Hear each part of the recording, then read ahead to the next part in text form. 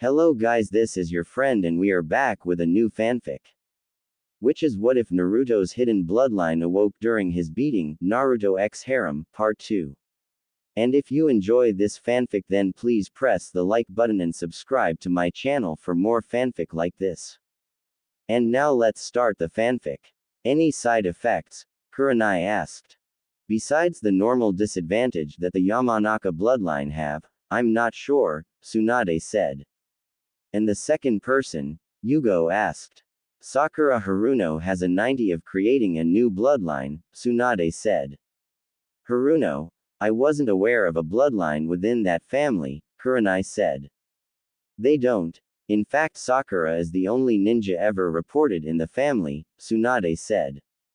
How is it possible that she will create a new bloodline? Anko asked confused.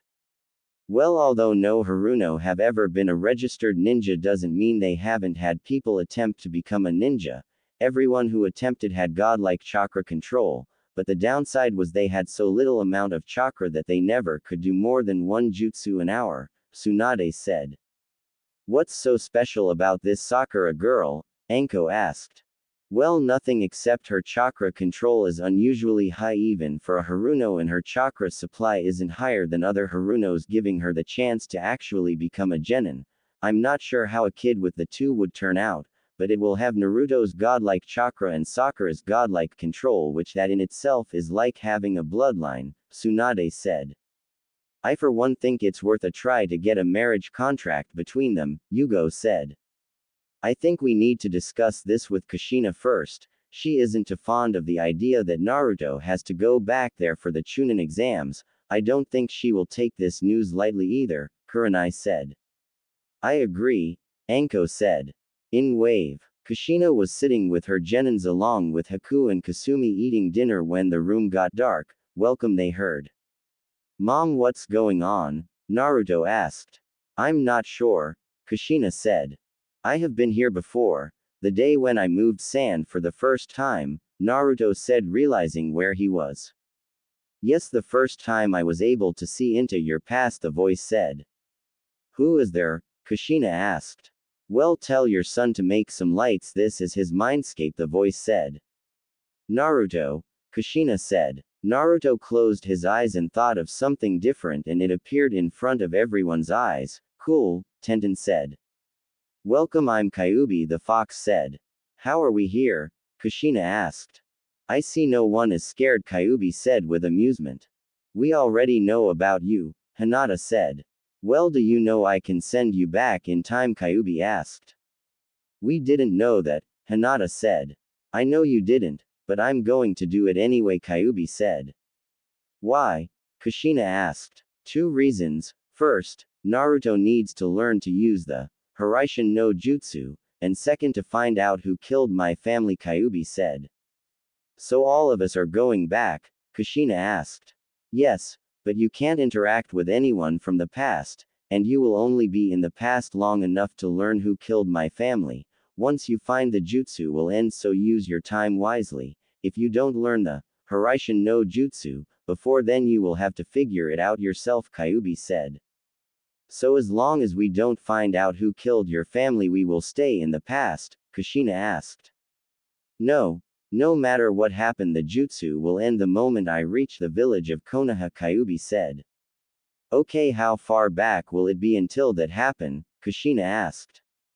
1 day, Kyuubi answered. You expect him to learn the Haraishin in 1 day? Kushina asked. Kushina shook her head as the bright light died down and looked around.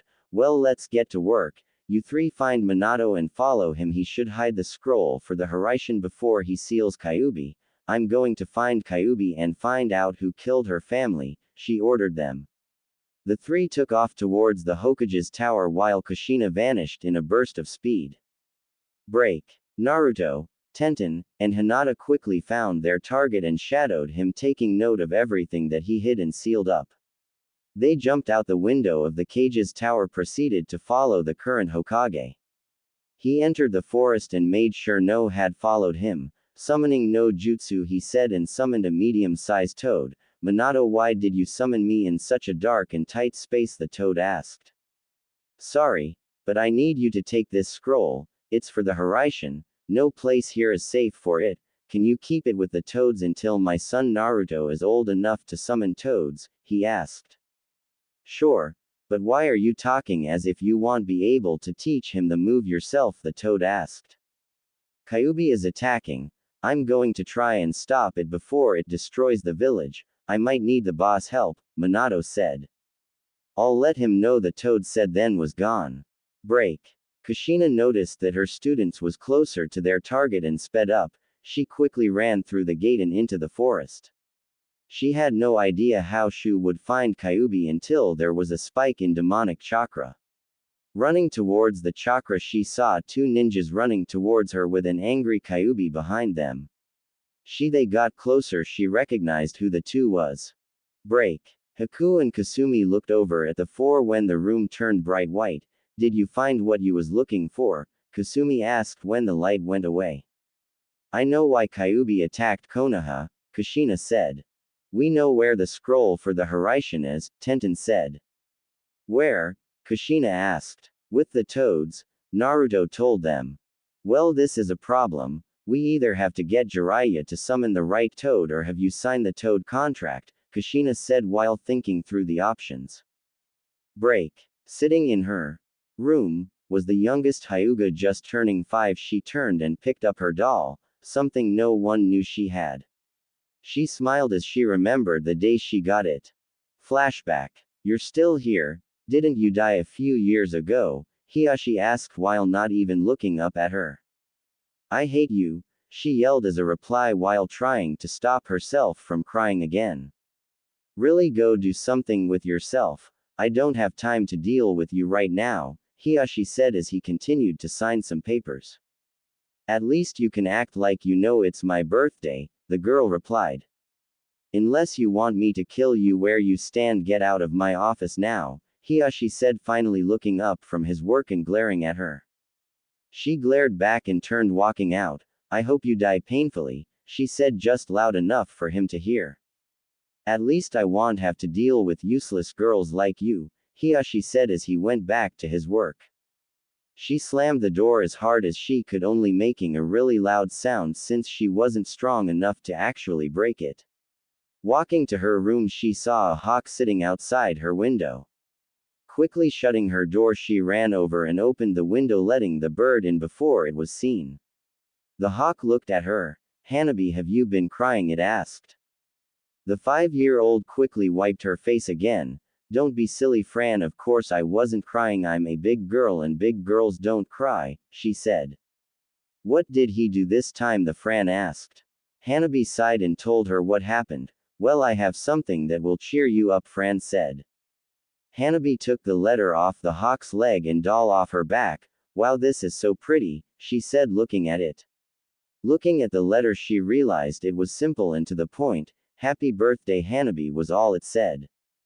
Flashback ends. Looking at the hawk, she pulled out a scroll, pen and wrote 3 words on the paper, then tied it to the hawk. Break. Kushina watched as her genins trained in taijutsu. Haku decided to join them to make it even and was currently fighting Hinata. Kasumi walked up to them. So what is your plans here? Will you stay or leave and prepare for the exams? She asked. We are going to stay here and help Wave get back on their feet. I'm not sure about the exams. They are in Konoha and I don't want them going back there anytime soon. Kushina then looked at her. What about you? Do you have any genins to put in the exams? She asked. Not unless Haku agrees to come back to Kiri with me. I only have 2 genin level kunoichis who is ready for the exams. Everyone else is already chunin or higher or too young, Kasumi said. I think I can convince her to go with you for a few weeks, Kushina said. As they continued to watch them train, Kushina noticed the hawk floating above Hinata. Giving a whistle and holding her arm out, the hawk flew to her. Sorry, you will have to wait here with me until she is finished training or give me the message for her, she said. I think I will wait. There is some things she needs to know, the bird told Kushina. Moving her arms so the bird could rest on her shoulder, she nodded. That's fine, they should be finished soon, she said. 15 minutes later, the 4 stopped training, all too tired to stand. Hinata, you have a message, Kushina called out.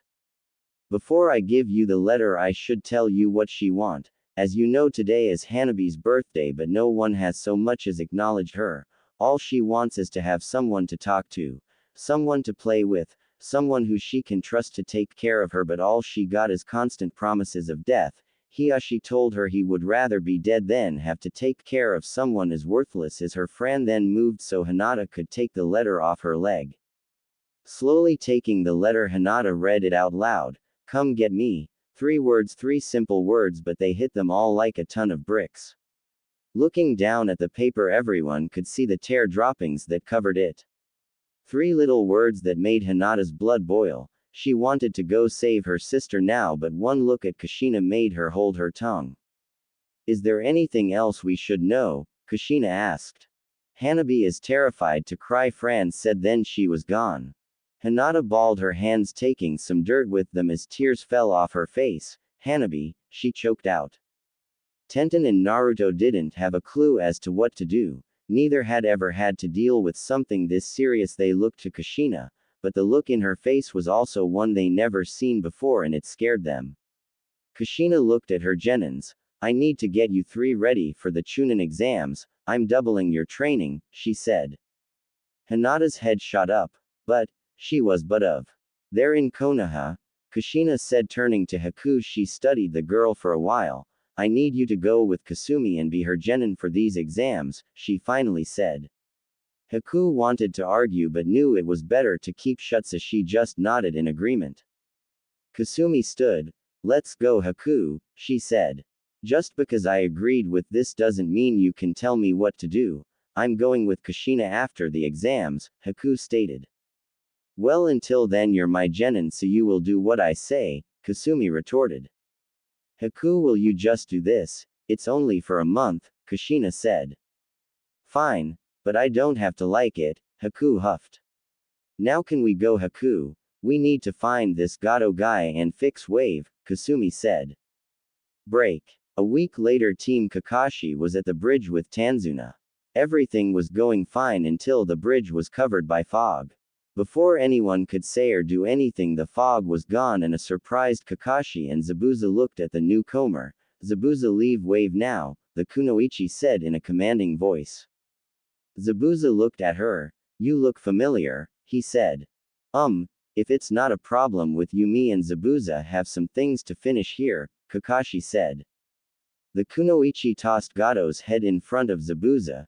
You have no reason to stay. Now leave while you have a chance, she said. You killed my money, Zabuza said, looking at Gato's head. I'm only going to tell you one more time. Leave or I will kill you, she said. Kakashi-sensei, who is that Kunoichi? A confused Sakura asked. I'm not sure. Stay alert, Kakashi said.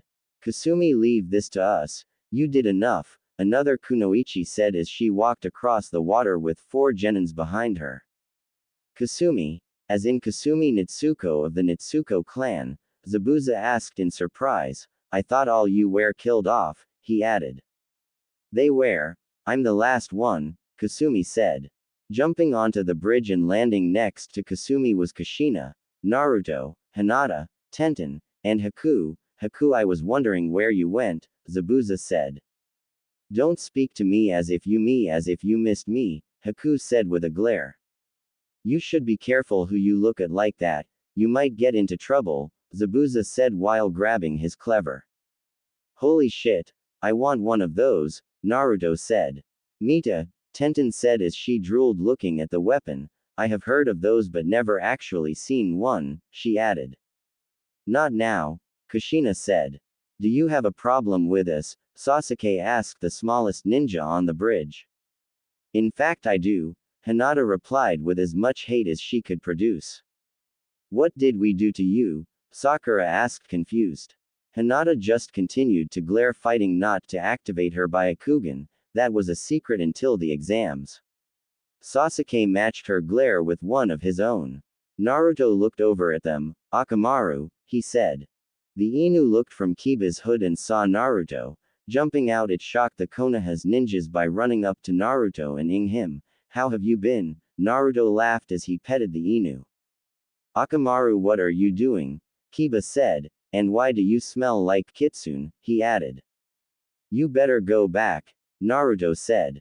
Haku, get over here and I will forgive you for running away, Zabuza said. I didn't run away, I just opened my eyes and finally saw clearly who you are, Haku replied.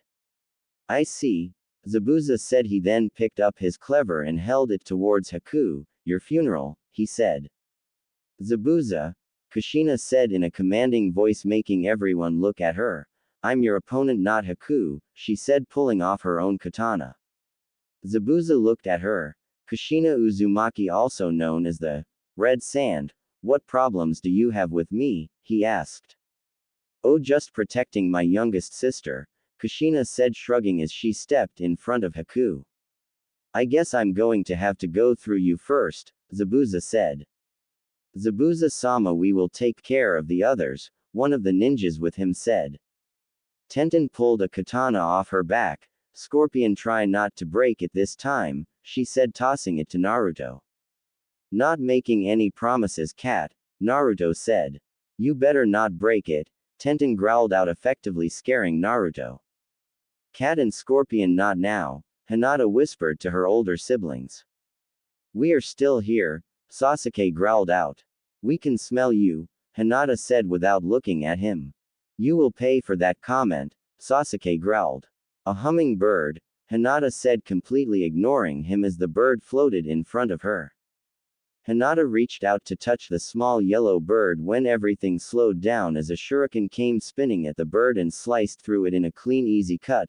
Don't ignore me, Sasuke growled. Hinata caught the bird in her hands. Why? What did this bird do to you? She glared at Sasuke. What did this hummingbird do to you, damn Uchiha? She yelled at the top of her lungs. Tenten and Naruto looked at the dead bird and looked at each other. Oh shit, they both said, and slowly backed away from their younger sister. They quickly learned, mainly from Kankuro, that you never harm a bird around Hinata or you would likely end up in the hospital for weeks, and that was if she liked you. If not, well, the Uchiha would find out soon enough. Everyone looked at Hinata at the sudden burst of chakra that came from her. What the hell? Zabuza said. Which one of you hurt a bird? Kushina asked. It's not hurt, it's dead, Hinata said as she sat it down on the ground. Well, pervert, looks like you're going home with one less genin, Kushina said, then went back to attacking Zabuza without another thought. The others watched Hinata as she grabbed the rose sitting in her hair, then she was gone, no trace of chakra, no dust flying off the ground, no breeze as she moved, nothing. It was as if she vanished of the face of the earth. Then blood was seen coming from Sasuke as Hinata's whip came across his chest. Hinata brought her whip at him again, this time aiming for his neck, but was stopped by Kakashi as he grabbed her whip. Wrong move, she said as thorns 6 inches long extended out and into his hand. Cat, can you take both the oink-haired girl and Akamaru's partner? Naruto asked. Yay. Go help Haku, Tenten said. Kasumi appeared between Hinata and Kakashi. Looks like I'm going to have to fight, she then sighed. Things would have been so much easier if you would have let us deal with Zabuza, then went about our business, she said as she got into her stance. Kakashi looked at his hand. Damn, I can't mold chakra right with my hand like this. He then looked at Hinata. What is in that whip has to be some type of poison, he thought. Sasuke, be careful, her whip has some type of poison in it, he warned. Hinata zoomed past the 2 Junins and attacked with reckless abandon as Sasuke had his Sharingan active and 2 kunais in his hands blocking the whip. With the control she had at enlarging and shrinking the whip at her will, getting close to her was impossible as Sasuke was finding out. Hinata spent a round with her whip and quickly turned it back into a rose, surprising Sasuke as she punched him hard in the nose, sending him back. Rose whip, she called out and wrapped it around Sasuke's leg and swung him across the bridge, making Kushina jump back from Zabuza as the genin hit the ground between the two. A shadow appeared above them. Thorns of death, Hinata called out as she twirled her whip around her, shooting off hundreds of thorns. Before they could reach him, a pink blur appeared and started to block the thorns with 2 kunais. Once the thorns stopped, Sakura stood then with her 2 kunais and about 50 thorns in her body. I don't need protection from a weakling like you, Sasuke said as he got up and roughly pushed Sakura off to the side. Hinata dropped to one knee as her chakra was almost gone. She hated that no matter how hard she trained, she always had less chakra than Naruto, Tenten, Gaara, and Temari. She knew she would never have as much as Naruto and Gaara, but it still pissed her off that her chakra was so low. Yes, she had more chakra than Kankuro, but that was because she was lazy as hell and barely took training seriously. Sasuke slowly approached her, then fell face first suddenly. "About time it kicked in," Hinata whispered. "What did you do to me?" Sasuke demanded. "A poison that paralyzes your body flows through my whip," Hinata said. "Shit. Kiba, get Sakura," Kakashi ordered as he separated from Kasumi and grabbed Sasuke before he too was paralyzed.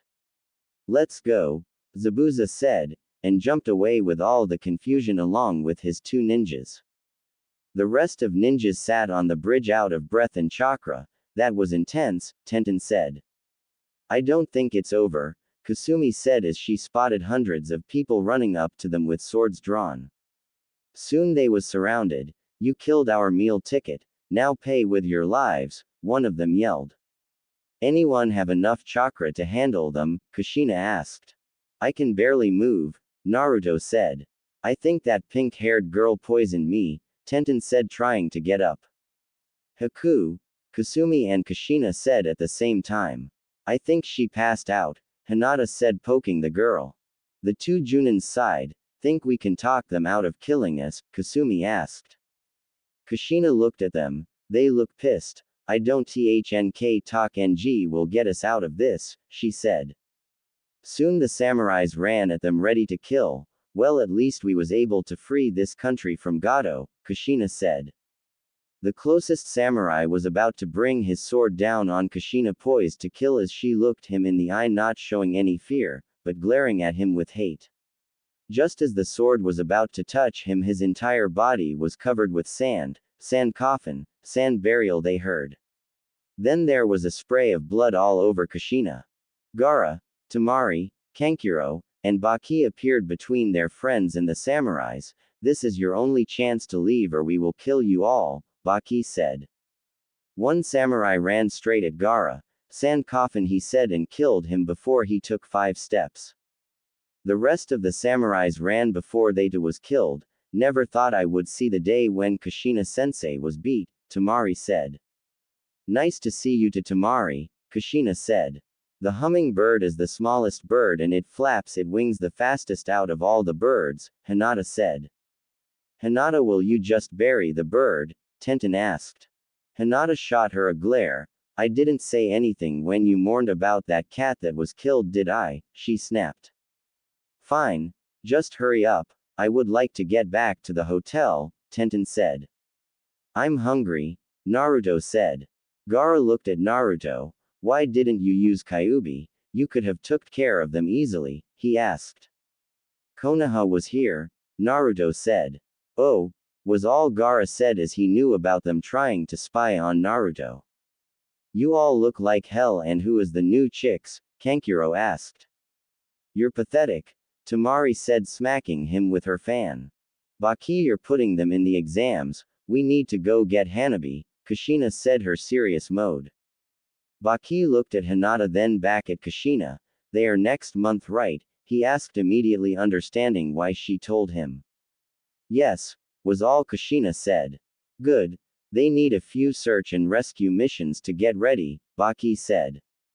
Kushina then turned to Kankuro, who immediately took notice and gulped, wondering what he did wrong this time. "Kankuro, we are from this moment on preparing for a search and rescue mission. If you mess up or don't take this serious, you can kiss your ninja career goodbye." Fixing a cold glare at him to make sure he knew she wasn't playing. "Do I make myself clear?" she asked. "Yes, ma'am," he stuttered out. "Good. Now let's get to our hotel room so we can discuss what our main target is for this mission," Kushina said. Break. Tsunade walked out her mini lab in the Uzumaki compound and sat in the yard with Anko, Kurenai, and Yugo. "The biggest advantage of having a kid with Naruto would be if Hinata had a kid with him," she said. "Why?" Kurenai asked. Because with his ability to control sand and Hinata's Byakugan, their kid will be able to use sand in ways Naruto can only dream of, Tsunade said.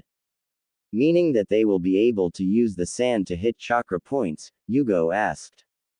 Exactly, Tsunade said. What about Tamari and Tenten? Anko asked. I'm not entirely sure. I'm still running tests, but one thing is for sure. Any kids with Tenten will have an unlimited supply of weapons to throw, Tsunade said. Break. Hanabi laid in her prison, room as there was a knock on her door. Your dinner is served, the person said, then walked away. Hanabi walked to the door and looked at the tray and promptly shut the door. Walking to the window, she opened it and a hawk immediately flew in. What's wrong? Ran asked. I'm hungry, Hanabi said. I'll bring you back some food, Fran said and flew off. Break. Everyone finally made it back to the hotel room and Haku was up and alert, and far away from Kenkiro. Kushina cleared her throat. Our objective for the next month is to prepare to fight all of Konoha if we have to. Of course we will have Suna behind us, but that is not enough. We need to double, even triple our training to be prepared, she said. Kushina sensei, who exactly is our target? Kenkiro asked. My sister, Hinata said, getting their attention. Hanabi Hyuga, she said. My sister, Hinata said, getting their attention. Hanabi Hyuga, she said. Team Baki looked at her in surprise. I didn't know you had a sister, Kenkiro said, showing his surprise. No one in Suna did except those who needed to know, Kushina informed them. So how will we go about getting her out of Konoha? Tamari asked. We will have Hinata sneak into the Hyuga compound and collect information as soon as we get there. From the information she gather, either me or Anko will go in at night before we leave and kidnap her, Kushina said. Why can't I just get her when I go in? Hinata asked. Because you also have to do the Chunin exam. We won't waste a perfectly good chance for you all to become Chunins and get revenge on them by beating all their genins, Kushina said. At least let me go see her when I get in, Hinata asked. What you do once you're inside the compound is up to you, just don't blow your cover, Kushina told her. I won't, Hinata said. Good. Now as for training, I'm going to focus on increasing Hinata's chakra. While Naruto continued to master our bloodline, Tenten, I want you to put your weapon-making ability to good use in the month we have, Kushina said. Tenten couldn't help but smile brightly. She never actually had permission to openly create weapons. I'm going to need some better material then, she said. Don't worry, Anko, Kurenai, and Yugo had some metals shipped in from all around the shinobi world. It should be there when we get back, Kushina said. Break. Hanabi sat in the conference room while a meeting was going on about her future. Not far from her was the visitors from Iowa. The boy was a year older than her and with him was his mother. The entire meeting was about a peace treaty and they planned using her as a means of showing they wanted peace between the two countries. After that she lost interest and started to wonder how long it would be until she was taken from this hell of a life she lived. Break. After much work, Kushina finally was able to find out the location of the meetings between the Kazekage and Orochimaru. After it was found out they was meeting, the meeting place was changed and it took almost 5 years to find it. Waking closer, she listened in on their conversation. I plan to attack Konoha during these exams. I require your help, the Kazekage said. I will agree to help you, but I require payment for my services, Orochimaru said after a few minutes. After we destroy Konoha we will split their money. That should be enough payment, the Kazekage said. Kushina quickly left, not needing to hear any more. Break. Kushina appeared in the council's meeting room. How did your investigation go? I hope you're making progress. Your time is almost up, an elder said. Kushina couldn't help the smile that spread across her face. In fact, I have all the information I need, and we won't need to kill the Kazekage, just appoint a new leader, she said. Oh, and what news did you hear? The elder asked. I found out that the Kazekage planned to attack Konoha at the Chunin exams, she told them. I may not like them, but Konoha is too large for us to take on at the moment, Chio said. I understand that, but the case cage has requested the help of Orochimaru, Kushina said. This will destroy us, an elder said. I have a plan. We should continue as if we agree with the attack, but secretly appoint a new case cage, and when the attack start, the new case cage will take over and pull us out of Konoha, so we won't have any part of this and get rid of both the current case cage and Orochimaru, Kushina suggested. This has nothing to do with you wanting to kidnap the Hyuga, an elder asked. Her name is Hanabi, and I would be lying if I said I wouldn't use this distraction to my advantage, Kushina said. She never liked that particular elder. We will discuss this over and inform you of our decision and the new case cage, Chio said. Break. Kushina stood in front of her team as they got ready to leave. Everyone got everything they need, she asked. Yes, they three genins answered together. Anko, Kurenai, and Yugo, Kushina asked. I'm ready as ever, Anko said. Kurenai and Yugo just nodded. Kushina, and Messenger called out. Yes, Kushina answered. The council agreed with your plan. The new case cage will be you, he said, then vanished. Break. Jumping through the trees towards the meeting spot, the group of Konoha ninjas stopped when they realized that the ninjas they was escorting wasn't there. Now what? The blonde asked. Just be patient. We are early, her sensei said. Just then a group of ninjas landed in front of them. One appeared in front of the blonde. Hello miss, I'm Scorpion, may I have your name? He asked, grabbing her hand and kissing it. The kunoichi blushed at the unexpected interaction. I'm Ino, nice to meet you, she said, blushing. Unhand her, someone said from the branch above them. Looking up at the shinobi, oh sorry, I didn't realize she had a boyfriend, he said. She is not my girlfriend, the shinobi said. Well, if she isn't your girlfriend, then who are you to tell me I can't talk to her? Scorpion asked. She is way out of your league, the shinobi said. Scorpion tilted his head to the side with a very confused look on his face while trying to figure out what that means. Raptor, he asked. It means you have no chance at getting her to notice you, she told him. Well, I'm sure Ino-chan is old enough to determine who she would want to date and who she wouldn't, Scorpion said. I won't tell you again, unhand her, the shinobi said. You know I don't like the tone you're taking with me, Scorpion said, all the while still smiling. Scorpion here, Cat said, tossing him a small weapon. It needs to be tested, she whispered. A fan, Scorpion said in confusion, opening the weapon. Do not ignore me or you all will pay, the shinobi said. Kissing Ino's hand again, I'll be back, he said. Vanishing, he shocked the shinobi by appearing right in his face, then quickly jumped back down in shock. Shit, he said, pointing to him, unable to form a complete sentence. What, realized you can't match me? The shinobi asked in an arrogant way. Scorpion, what's wrong? Raptor asked. Yay, it takes a lot to get this kind of reaction out of you, Cat said. Scorpion looked at Raptor, then back at the shinobi. Correct me if I'm wrong, but you're a Hyuga, right? He asked after calming down. That's correct, the shinobi said. I'm the strongest Hyuga in the village besides the elders, he added. I see, then you wouldn't mind a little test, Scorpion said. Test? The Hyuga repeated.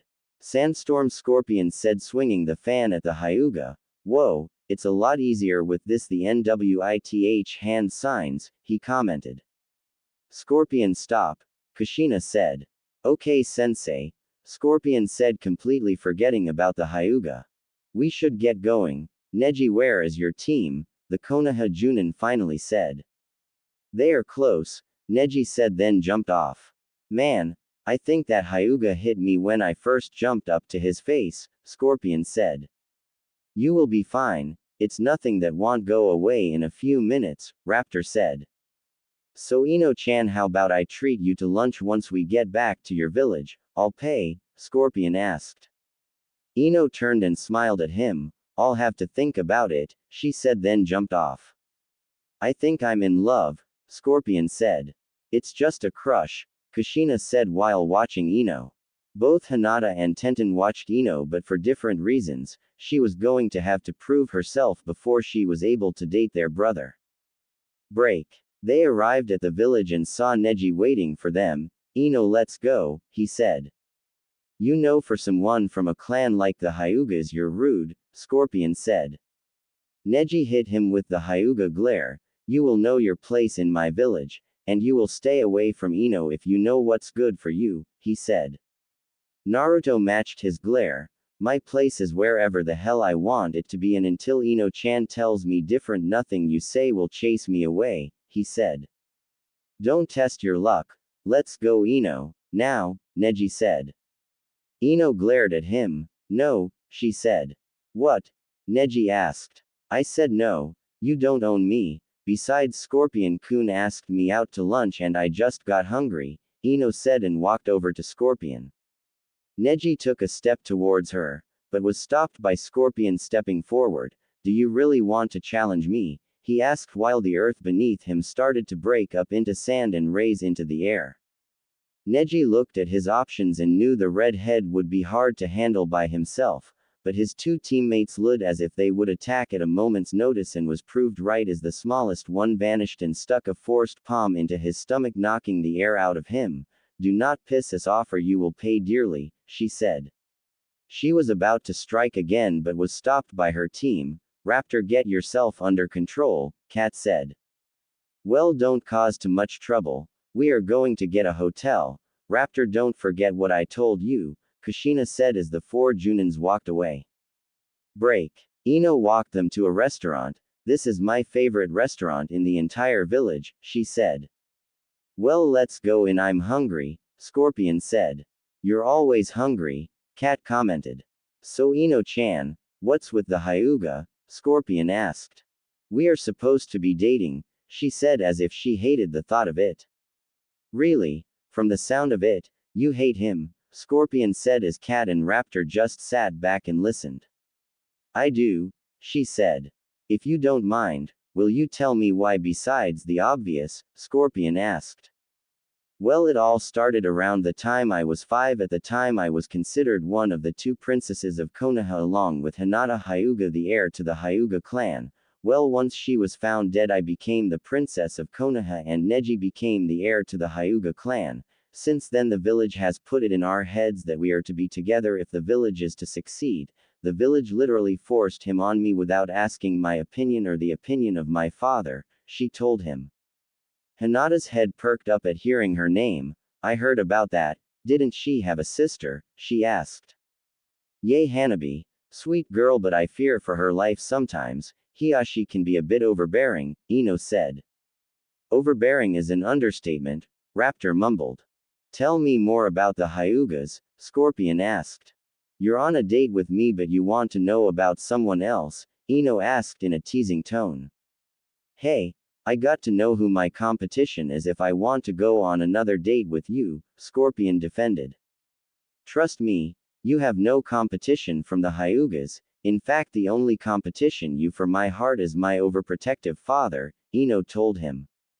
Break. Hinata sat across from the Hyuga compound wondering how she would get in. She already stole a Hittite from a sleeping shinobi and got her hands on the standard Hyuga clothes, but she still had no way in, at least not until she saw a bunch of Hyugas running towards the compound and joined them. You all head straight to the council meeting, the leader of them yelled. Once actually in the main part of the compound, she quickly separated and walked the halls as if she was a servant. Hey you, someone called from the kitchen. Turning and gulping, she answered, yes, as quickly as she could. Take this to Hanabi's room and be quick about it, the cook said. She looked at the slop that was on the tray and sneered.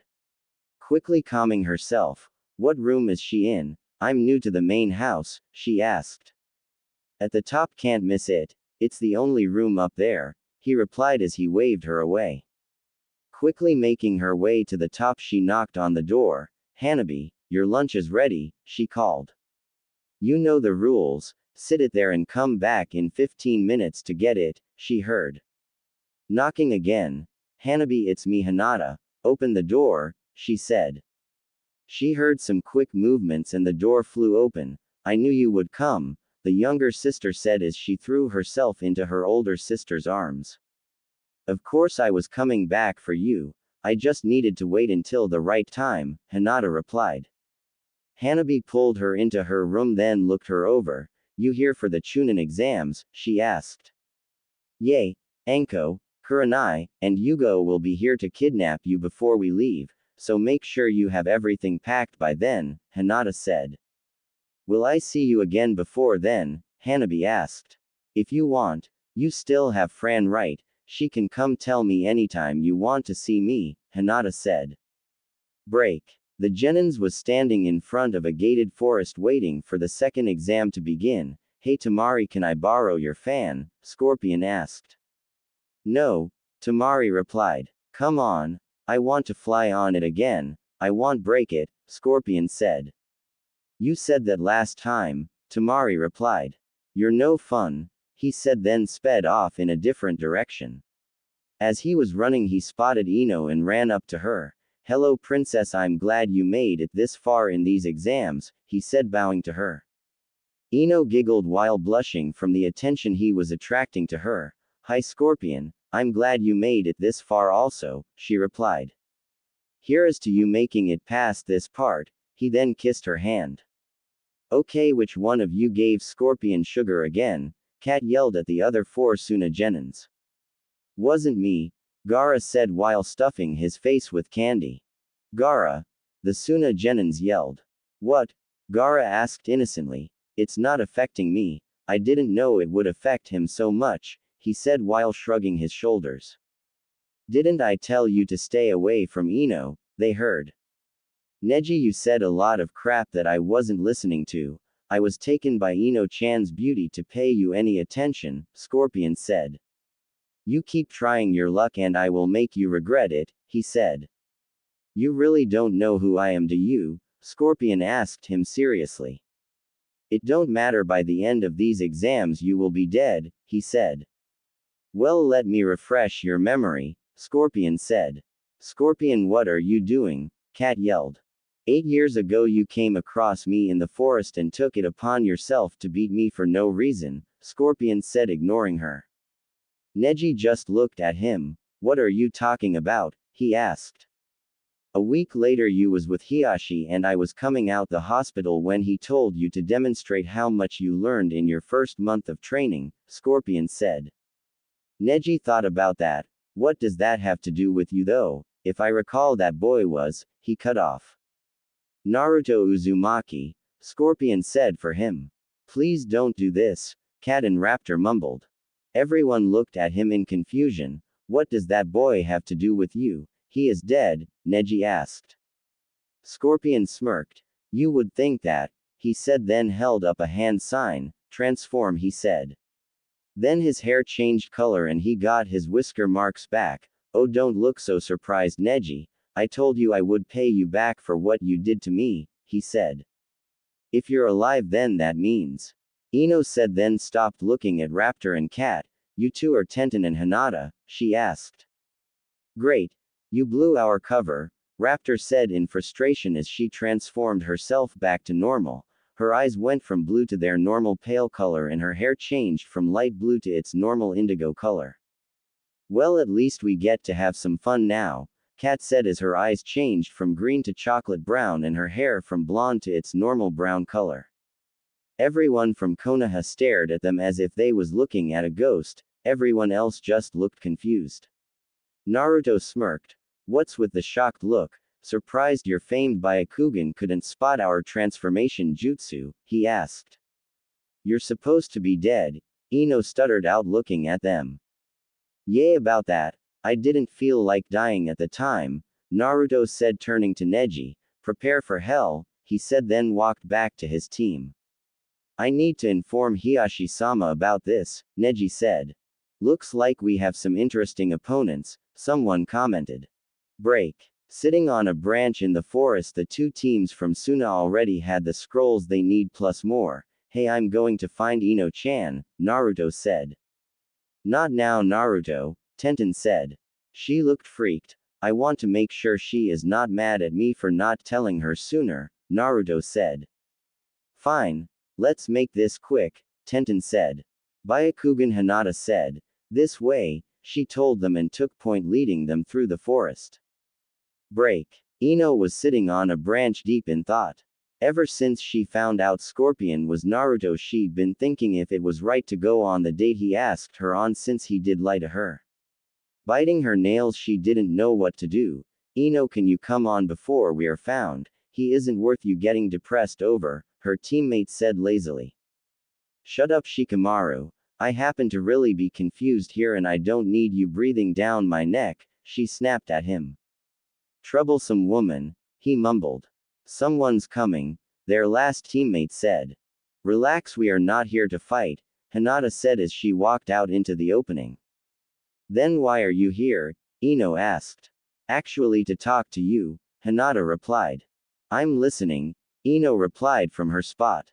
Yay, but I don't trust your teammates, so can you come with me? Hinata asked. And I'm not sure I trust you, Ino retorted. Fair enough. Let me get the rest of my team, Hinata said and walked back into the forest. She won't come, we have to go to her, she told them. Walking back to the opening, the 6 ninjas walked out the forest. If it isn't the liar, Ino said with hurt in her voice. Ino-chan, I'm sorry, Naruto said. I don't want to hear your apology, she told him harshly. Please just listen to me, Naruto asked desperately. Why didn't you tell me? Did you think I would turn you down if I knew that you was really Naruto? Ino asked. Yay, Naruto said shyly. Do you think I'm that shallow?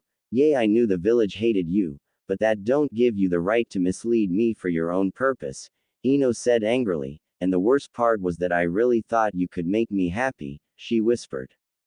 Ino-chan, Naruto started. No, don't talk to me again, Ino said, then jumped into the forest. Dropping his shoulders, Naruto turned and started walking in a different direction. Everyone watched him walk off. Where the hell are you going? Tenten finally asked.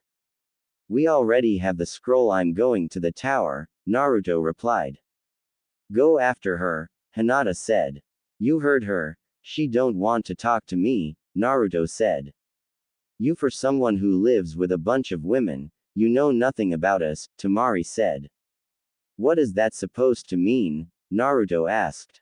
It means she wants you to go after her. Why do you think she looked back before she ran off? Hinata asked. If she wanted to talk to me, wouldn't have left, Naruto said. Naruto, if you don't go after her, she never will forgive you, Tenten said. Ino's being attacked, Hinata said. Break. Ino ran into the forest to think to herself. Sitting on a branch, she completely missed the group of Kumo ninjas that was slowly surrounding her. Sighing to herself, maybe I'm overreacting, she said out loud. Hearing a twig break, she jumped up and got in a defensive position. I know you're there, come out, she called out. It's too late to notice us, you're already surrounded and soon will be beat, one of them said. You should just give up and we might not kill you, another one said. You're the one who should give up, Ino said. Trying to act brave, the last said. Let's just finish her off now, the first said. Windstorm they heard and was thrown back by a force of wind. The next thing they saw was an orange blur appeared in front of Ino. I will give you one chance to leave before I kill you for attacking Ino-chan, he said. Sand coffin they heard and Gaara appeared behind the 3, killing them before they could move. Naruto turned to Ino. I'm sorry I didn't tell you. I was scared, he told her. How am I supposed to trust you if you're keeping secrets? She replied with a glare. I promise I won't keep any more secrets, Naruto said. Is that so? Ino asked. Yes, Naruto said. So there is nothing else you need to tell me? She asked. I don't think so, Naruto said while thinking it over. So you're not going to tell me you have a marriage contract with Hana? Ino asked. I was going to tell you about that, Naruto said. When? Ino asked, crossing her arms. Now, Naruto asked more than stated. Ino just narrowed her eyes. Okay, I should have told you about that first. but in my defense, you're the first girl who I ever tried to date, and it wasn't even my idea to have a marriage contract with her. My mom did it, then told me. Not that I'm complaining, he told her truthfully. She looked at his team to see if he was telling the truth. At their nods, she turned back to him. Okay, continue, she told him. You see, me and my mom are the last of the Uzumaki clan, and we both want to rebuild it, but we don't want to choose random girls who would help just to be part of the clan. We want girls who like me for me and not the clan, he said. I'll think about what you said. She then jumped off with her team. Man, girls are confusing, Naruto said as he watched her go. Let's just get to the tower, Tamari said. Break. Being one of the first groups in the tower meant they had a lot of time to relax, and for Naruto worry about Ino. They was sitting in the eating area when Kushina walked up. I don't want to know why you did it, but you have better had a good reason for revealing yourself before I told you, she said. It was Naruto's fault, he let the Hyuga get to him, Tenten said. I was just letting him know that I'm going to destroy him for what he did to me, Naruto defended. There is nothing we can do about it now, just stay out of sight until the second part of the exam is over, Kushina said. Mom, I think I messed up with Ino-chan, Naruto said. What do you mean? Kushina asked. She was mad that I didn't tell her who I really am, and I think she is mad about me not telling her about Hana, Naruto said. This is why I told you not to do anything until after you reveal who you really are. I'll think of some way to give you a chance to make things right with her, Kushina said. Break. Ino's team finally made it to the tower with only a few hours to spare. She led her team to where all the passing genins was waiting and was surprised to see that Naruto and his teammates was back in their disguise. The Hokage stood up. Congratulations on making it this far. You all have advanced to the third and final round, which will be held in a month's time. Use this time to train hard, and just to get things started off, the first match will be Scorpion Uzumaki of Suna vs Neji Hyuga of Konoha. Good luck, he said. As Naruto and Neji glared at one another, everyone else started to leave. Finally, smirking, Neji vanished, leaving just the Suna ninjas in the room. Turning to everyone else, what now? Naruto asked. You go to every library, store, any place you can think of, and grab any and every jutsu scroll. I don't care if it's a scroll for Henji, I want every scroll this village has. Hinata, try and get back into the Hyuga compound. If you get any resistance at all, find me, Anko, Kurenai, or you go immediately. Tenten, you are in charge of collecting weapons, lots and lots of weapons. Gaara, Tamari, and Kankuro, stay hidden and make sure no one tries to stop our plans, Kushina ordered. Break. Ino was walking out the forest of death, still in deep thought. She wanted to believe that Scorpion, or was it Naruto, is stupid. I can't believe I'm thinking about him this much, she yelled. Princess, what's wrong? Her father asked, worried for her. Nothing, Dad, she told him. You sure? He replied. Yay. I need to figure this out myself, Ino said, looking at him with determination. Break. Hiyashi-sama, I have something to tell you, Neji said. Not now, I'm busy, Hiyashi responded. This is important, very important, Neji said. Okay, what's so important? Hiyashi asked. Naruto, Tenten, and Hinata are not dead, Neji said. What are you talking about? Hiyashi asked. Naruto, Hinata, and Tenten are in the village alive. They are part of Suna's genins. They go by Scorpion, Cat, and Raptor, and I believe that Hinata already been in contact with Hanabi, possible even inside the compound, Neji said. Impossible. How would she get into the compound? Hiyashi asked. Remember a week ago when you had everyone return back to the compound for that meeting about the exams? Neji asked. Hiyashi nodded. Increase the training, have a squad around Hanabi at all times, he said. Break. Hinata arrived at the Hyuga compound. She was surprised at the security that they had set up so quick. There was not one place on the compound wall that wasn't overlapped by 2 Hyuga elite guards. After circling the compound 3 times, she left in frustration. Break. Walking into the hotel room, she threw herself on the couch and let out a frustrated sigh. What's wrong? Kurenai asked as she went to comfort her daughter. Mom, this is bad, Hinata said. Just tell me what's wrong and we will try and fix it, Kurenai said.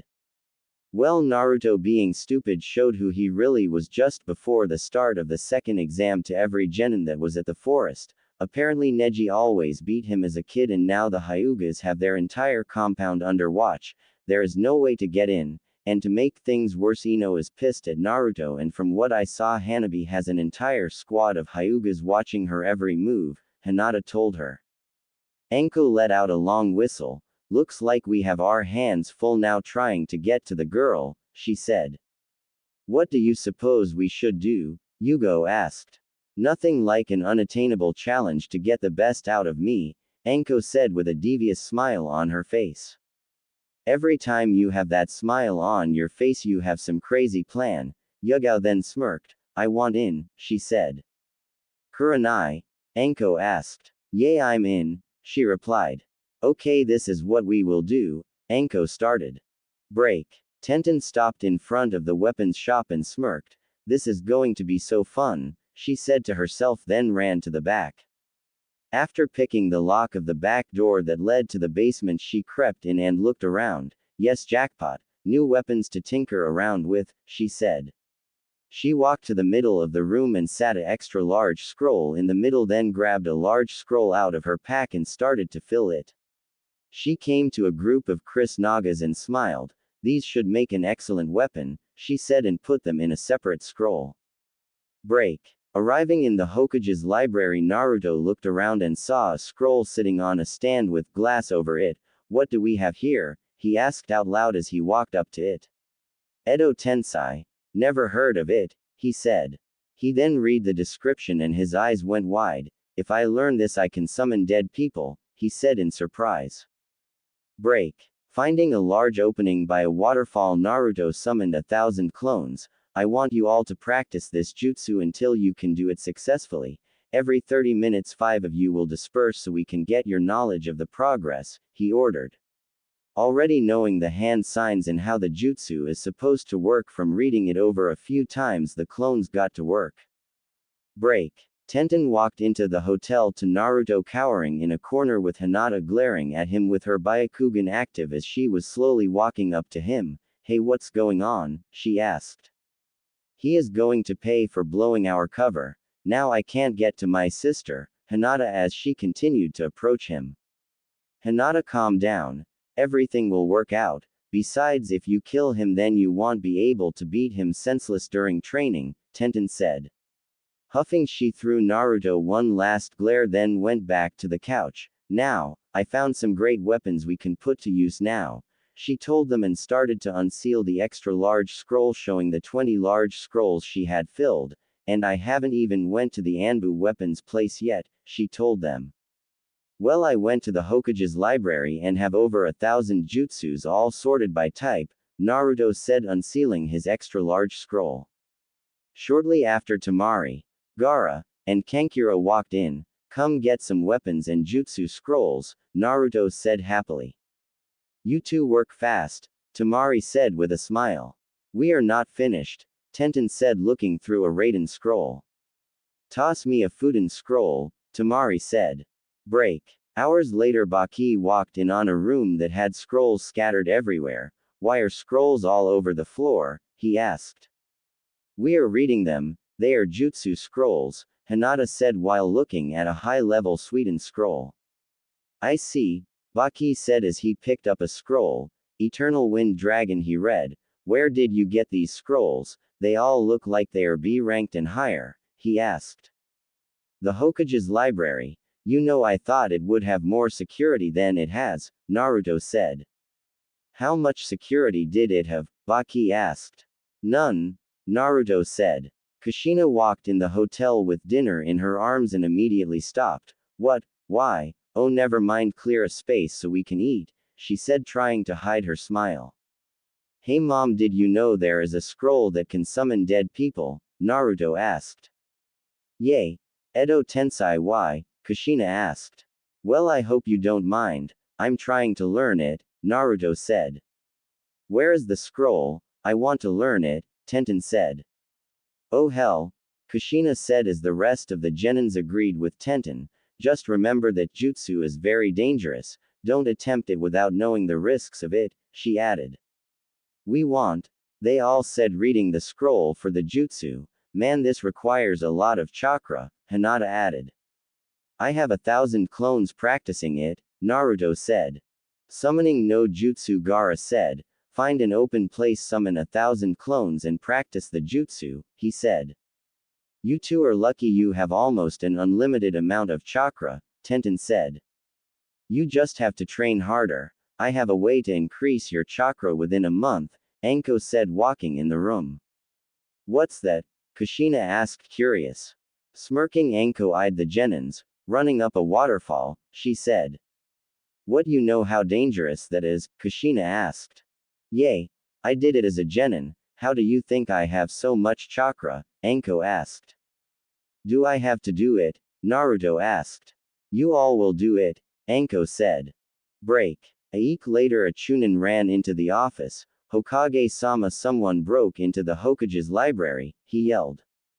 What? How did this happen? What's missing? He demanded. Everything. There is not one scroll left in the library, the Chunin said. What? Call the council, he demanded.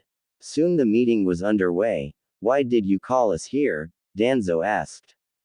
Someone broke into the Hokage's library and stole everything, the Hokage said. How is that possible? Inoichi asked.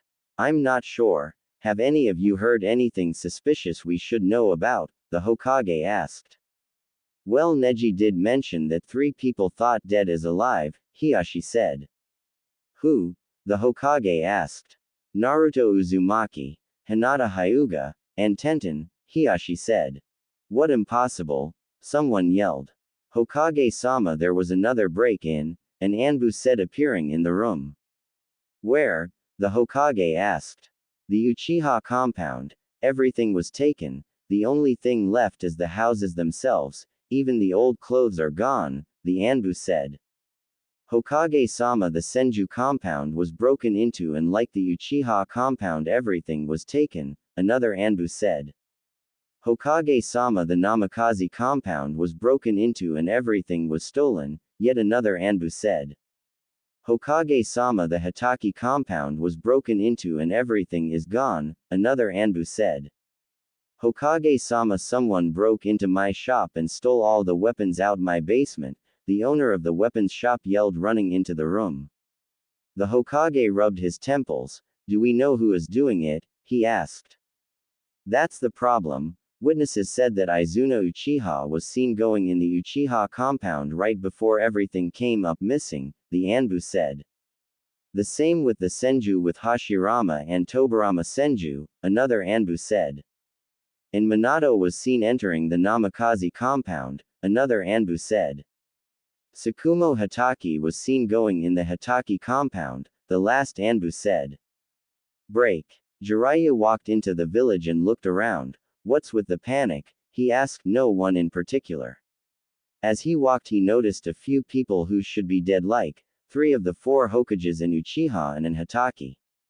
Confused, he continued to walk through the village. Ero Sanin, he heard and turned to see Naruto. Hey, what's going on? Jiraiya asked. Oh, nothing you should worry about. I'm sure if you knew then the Hokage would try and get you to talk. So what brings you here? Naruto asked. Actually, Kushina asked me to bring the toad summon so you can sign it, Jiraiya said. And why are you walking around with a mask on? He added. It's fun to scare the crap out of people. I lost me temper and revealed who I am, Naruto said. Break. Wow, Naruto and Gaara, I'm surprised you both learned the jutsu that fast, Kushina said with pride. Yay, a few thousand clones in a week is a lot of training, Naruto said. Good idea of using them to rob the village, Baki said. Yay, just another one of my brilliant ideas, Kushina boasted. Hey mom, I saw Ero Sanin and signed the toad summon, Naruto said. Really, can you summon toads now? Kushina asked. Yup. One of them gave me this scroll and told me to give it to you, Naruto said, tossing her a scroll. Catching the scroll, she opened it. Naruto, this is the scroll for the Hiraishin no Jutsu. Why did the toad tell you to give it to me? Kushina asked. No clue. Can I learn it now? Naruto asked. Sure. Kushina tossed the scroll back.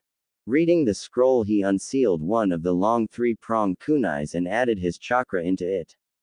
The kunai glowed and the word Naruto appeared on the kunai and a scroll popped out with Naruto's name on it. Opening the scroll, hundreds of smaller three-pronged kunais fell out. I guess that's all I had to do. It says that Dad made it so that the kunai only reacts to Namikaze's blood, he said. Well, try it, Kushina said, picking up one of the many kunais that was over the floor and throwing it on the ceiling. After concentrating hard, he vanished in a streak of yellow but stopped halfway there and hit the ground hard. You need practice, summon your clones again, Kushina said. Break. The council was in chaos. Everywhere you turned, someone was being robbed by someone who was supposed to be dead. The latest victim, Danzo, and he was robbed by Anko herself. Heishi had a bone to pick with him. The Hokage did a good job at keeping the village under control and not letting the news of the robberies get out to the public. Security for the entire village had been increased. Naruto slipped through the village unnoticed as he approached the Yamanaka compound. Where do you think you're going? He heard. Ino-chan, he said, spinning around. What do you want, Scorpion, or should I call you Naruto? She asked, crossing her arms. I don't really want to see you at the moment, she added. I know you're mad, but let me at least explain myself, Naruto asked. I'm listening, Ino said. Can we go somewhere private? Naruto asked as he constantly looked over his shoulder to make sure he wasn't being watched. She led him inside the compound and to her room. My father isn't going to be home for an hour, so you have 45 minutes starting now, she told him. First, I want to say I'm sorry, and I should have told you from the beginning who I was, but you have to understand I was so afraid that you would turn me down that I panicked, Naruto said. That don't explain why you lied to me, Ino said. Naruto sighed. Well, it was because when I was 5, I saw you at the park one day and I knew I wasn't supposed to be there, but I just wanted to say hi to you. That's when some guy, I think it was your father, he caught me and told me to stay away from you if I want to continue to live. I saw this as my chance to at least to get to know you and maybe be friends, he told her. So you lied because of something that happened when you was 5 involving my father? Ino asked. Yay, Naruto said. Ino sat quietly for a moment. I have to think about this. I'll find you later and we can continue to talk, she said. Okay, bye Ino-chan, Naruto said. Wait, do you have anything to do with these robberies? She asked. Promise not to tell anyone? He asked. Promise? Ino smiled. Edo Tensei, he called and summoned the 4th Hokage. Yondaime Hokage. How did you summon him? Ino asked in surprise. It's a dead summon, Naruto said. Break. Tenten and Hinata stood in a clearing. Edo Tensei Tenten called and was able to summon her dead mother. It worked, she said in surprise. Congratulations, Hinata said. Can you do it? Tenten asked. Not yet. I don't have enough chakra, Hinata said. Break. A week before the final exams, a Junin ran into Orochimaru. I'm not here to kill you but to warn you. Suna is preparing to attack Konoha, Orochimaru said. Orochimaru, are you sure about this information? Someone asked. Of course, I want Suna gone as much as you do. They are going to attack during the 3rd part of the exams, Orochimaru said. From where? The figure asked. The south, Orochimaru said, then vanished. Break. After going south of the village to make sure that the information was correct, a Junin ran into the Hokage's office. Hokage-sama, Suna is marching from the south. They are prepared to strike at a moment's notice, he said. Are you sure about this? The Hokage asked. Yes, I saw their entire army myself, the Junin said. Okay, prepare everyone, we will strike them in a few days, the Hokage said. Break. Yugo ran in the hotel with urgency. Kushina, we have a problem. Konoha somehow found out about the attack and is preparing to strike within a few days, she said. What? Gather everyone here now, Kushina said as she jumped out the window. Break. Ino, I told you to stay from those Suna nins, her father said. But Dad, what's wrong with them? We are allies, Ino protested. Since you want to argue, you're grounded until they leave. Don't leave this compound, her father said, then left. Ino screamed in frustration. Break. All right, we need to get out of here while we can. Somehow they found out about the attack, Kushina said. What about Hanabi? Hinata asked. We will get her out somehow, Kushina said. I have an idea, Naruto said. That's a first, Kankuro said. Not now. What's your idea? Kushina asked. Well, me, Hinata, and Tienten can use the invisibility jutsu Kurenai taught us to sneak in and out of the Hyuga compound with Hanabi, Naruto said. Good idea. You three go, we will wait around the compound for you, Kushina said. They got everything and sealed it in a scroll and jumped out the window. Break. After making their way into the compound and to Hanabi's room, they jumped out the window. I didn't think it was this high up before I suggested we jump, Naruto said mid-fall. Not now, we have company, Tenten said. Hanabi, you're choking me, Hinata said. So you finally got enough balls to try and sneak her out, Neji said.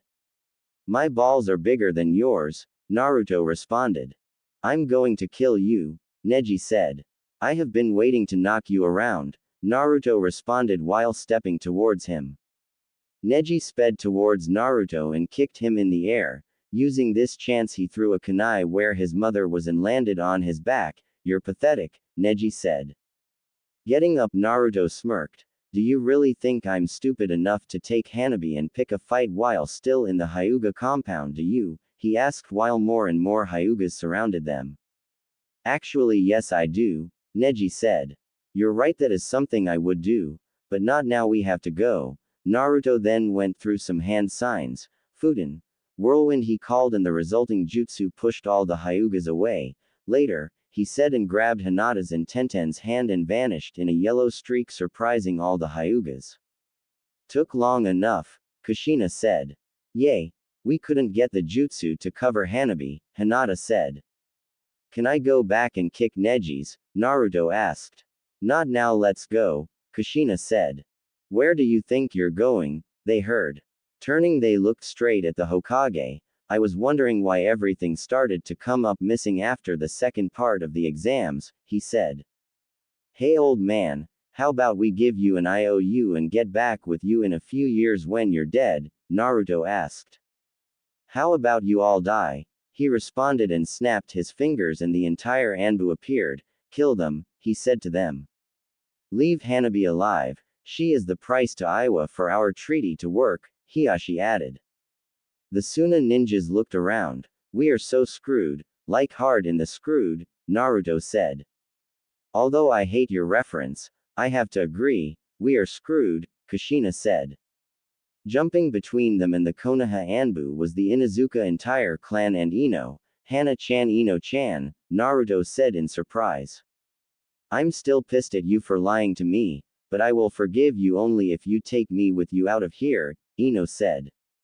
Sure, not like we have a good chance of getting out anyway, Naruto said.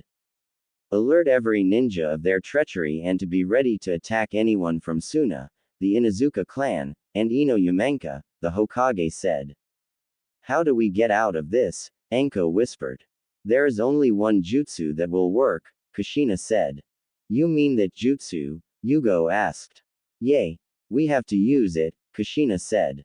They all nodded and went through the same hand signs. Edo Tensei, they said, and summoned the first, second, and fourth Hokage, first, second, and third Kazekage, Tsukumo Hatake, all the dead Uchihas, and the dead Senjus. Thanks to Gaara and Naruto's extremely large chakra reserves, let's kick some Konoha, Naruto said.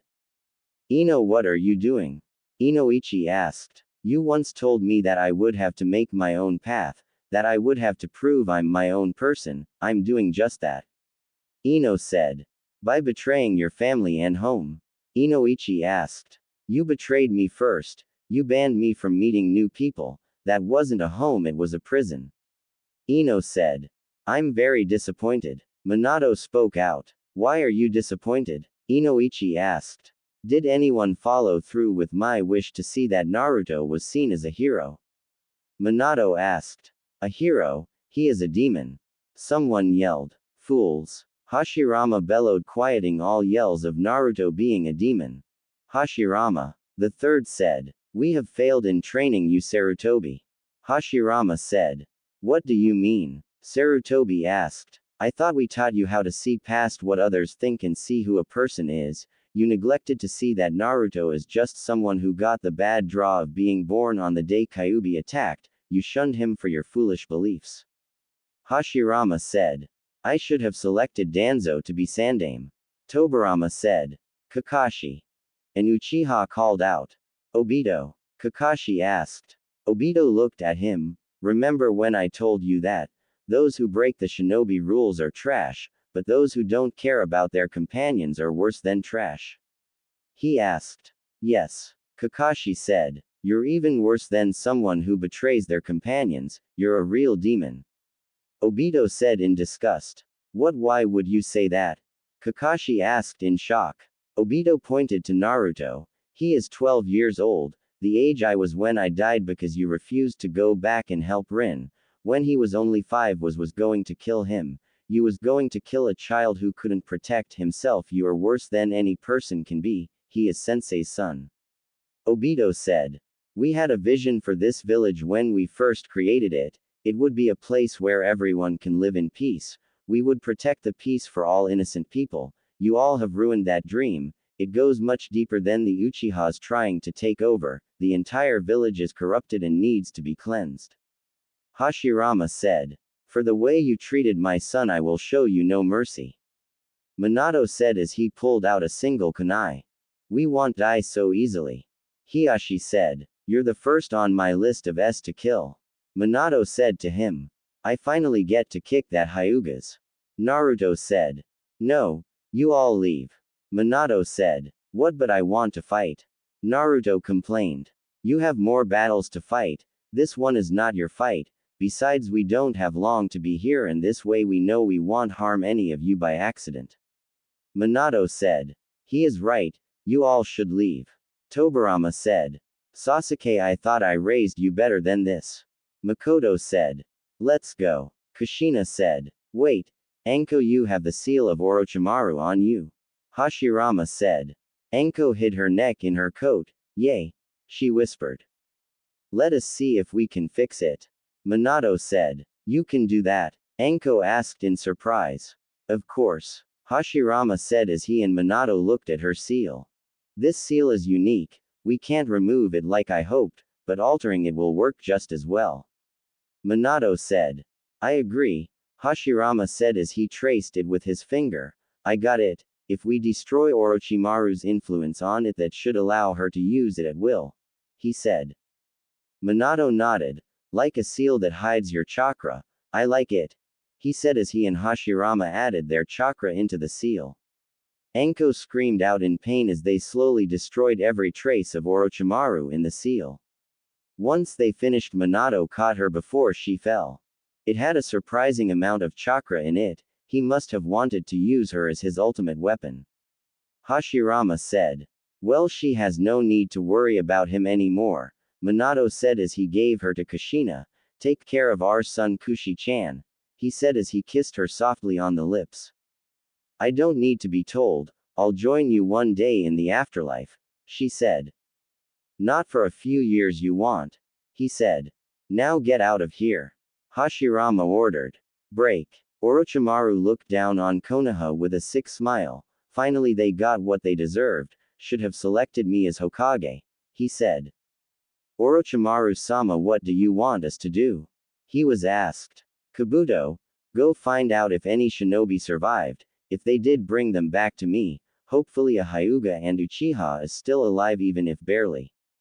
Orochimaru ordered. Break. Kushina led the army, following her through the forest outside of Konoha. The Inuzukas covered their nose. They was hit by the smell of blood. Kushina looked at them with worry. Let's speed up and get as far away from this smell as possible. As soon as she finished this, the Inuzukas sped past her. Break. They reached Suna and went to the Uzumaki compound. Think anyone survived? Hinata asked. There are some civilians who wasn't killed. I smelled a few shinobis who survived. Sum said. We have to go get those who survived. Ino said. Why? Hana asked. At least we should go see who survived. And what about the civilians? They can't survive with all those dead bodies. Ino said. She has a point, but we can't bring them here, it's too far. Kushina said. What about Whirlpool? Naruto asked. Good idea. Sum, can you lead your clan there? The rest of us will go to Konoha and get the civilians, then come to Whirlpool. Kushina asked. Sure. Let's go. Sum said. What about Suna? They made you the case cage. Anko asked. I'll appoint a new case cage. Kushina said. What about us? Tamari asked. Kushina looked at her. You're going to be the liaison between Whirlpool and Suna. Bakiyu will be the new case cage, she said. Break. Orochimaru walked in the medic room of his hideout. Kabuto, did you find anyone worth saving? He asked. Yes, I found a few people worth saving. Kabuto answered. Oh, who? Orochimaru asked, truly curious. I found an Uchiha, a Hyuga, a Haruno, a Nara, an Aburame, an Akamichi, and this guy. Kabuto said. Orochimaru looked at him. Who the hell is that? He asked. He is the kid with outstanding taijutsu, the one who couldn't use ninjutsu. Kabuto said. No ninjutsu, he is useless, throw him out, throw out the Haruno also, keep the others. Orochimaru said and walked out. Break. Kushina, Anko, Kurenai, Yugo, Hinata, Naruto, Tenten, Hanabi, Ino, Shizune, Tsunade, and Jiraiya arrived back in Konoha. They looked around. Anyone want to go jutsu hunting? Kushina asked. The group immediately jumped off. Hinata, Tenten, Hanabi, Ino, and Naruto all went towards the clan compounds. Tsunade and Shizune went towards the headed for the cage's tower. Kushina suppressed a laugh as she, Kurenai, Yugo, and Anko headed for the shopping district. There was no guarantee that there would be any food or clothes in Whirlpool. Break. The kids arrived at the Yamanaka compound first. They followed Ino as she led them through until she came to a large house. You can go check the other houses, I'll check this one, she said. Let's meet back here in 10 minutes. Tenten said. Right. They all said and went off to a different house, with Hanabi with Hinata. 10 minutes later the group came back to the main house and waited for Ino. What's taking her so long? Naruto asked. Let's go find out, Hinata said. They walked in and heard crying. They ran through the house until they found Ino laying on a large bed crying. They slowly approached her. Ino-chan, what's wrong? Naruto asked. Ino sniffed and looked at them. It's just hard to believe he is really gone, she said and started crying again. No one knew what to say, so they stayed quiet. Until recently we had a good relationship. I always thought he would die out on a mission, worried about who would take care of me, but he didn't and he died mad at me, she finally said. I'm sure he still loved you. Naruto said. Well, I for one am happy my father is dead. Hanabi said. Everyone looked at her. What I am? She said. At least you're happy about this. Ino said, laughing lightly. Come on, let's get you out of here. Tenten said as she and Hinata helped her up. Break. Tsunade looked over the records of the people in the hospital. Shizune, how many did you count that was in here? She asked. 10, all civilians. Shizune answered. Severeness of injury? Tsunade asked. Not severe, most just minor injuries. Shizune said. Well, let's start healing them. We can't leave them, then we will collect all the records and things from here. Tsunade said. Break. 2 hours later Kushina, Yugo, Anko, and Kurenai went through all the shops in the shopping district and sealed everything in scrolls. They walked away from the shopping district with packs full of extra-large scrolls. They arrived at the civilian monument at the same time that everyone else. Tsunade and Shizune had 3 shinobis who managed to survive with them, and saw Jiraiya sitting waiting on them. Okay. I determined no civilians are within the village and it looks like Tsunade and Shizune healed all the injured shinobis. Last thing we have to check is the civilian shelter, he said. Well, let's go check it, Tsunade said. The kids shifted their extra large scroll on their back. Kushina pushed the wall open and walked in and saw a bunch of people. Excuse me, can everyone listen up? She yelled out. What's going on? Someone yelled back. The village is no longer safe, it was destroyed by those loyal to it. Kushina said. Not a complete lie, the people who killed everyone was very loyal, she thought. What will we do? Someone else asked. I will take you all to safety. If you will follow us, everyone will be safe, Kushina said. Where are we going? Someone asked. Whirlpool. Now if you have any problems, talk to one of us and we will try and fix it, Kushina said. Everyone followed them out and down a select path. Jiraiya pulled one of the shinobis who survived. Tenzo, can you still use your chakra? He asked. Yes, Tenzo answered. Good. When everyone is clear of this area, I want you to collapse the building and grow out a forest here. No one outside of us know what happened to Konoha. I want people to think it just moved and renamed itself Whirlpool, he said. Why? Tenzo asked. It's better if you don't ask questions, Jiraiya said. Okay, Tenzo said. Break. Kushina led everyone through Whirlpool until they came to an area large enough to hold everyone. Okay, is everyone here? She yelled. What kind of question is that? How will we know if everyone isn't here?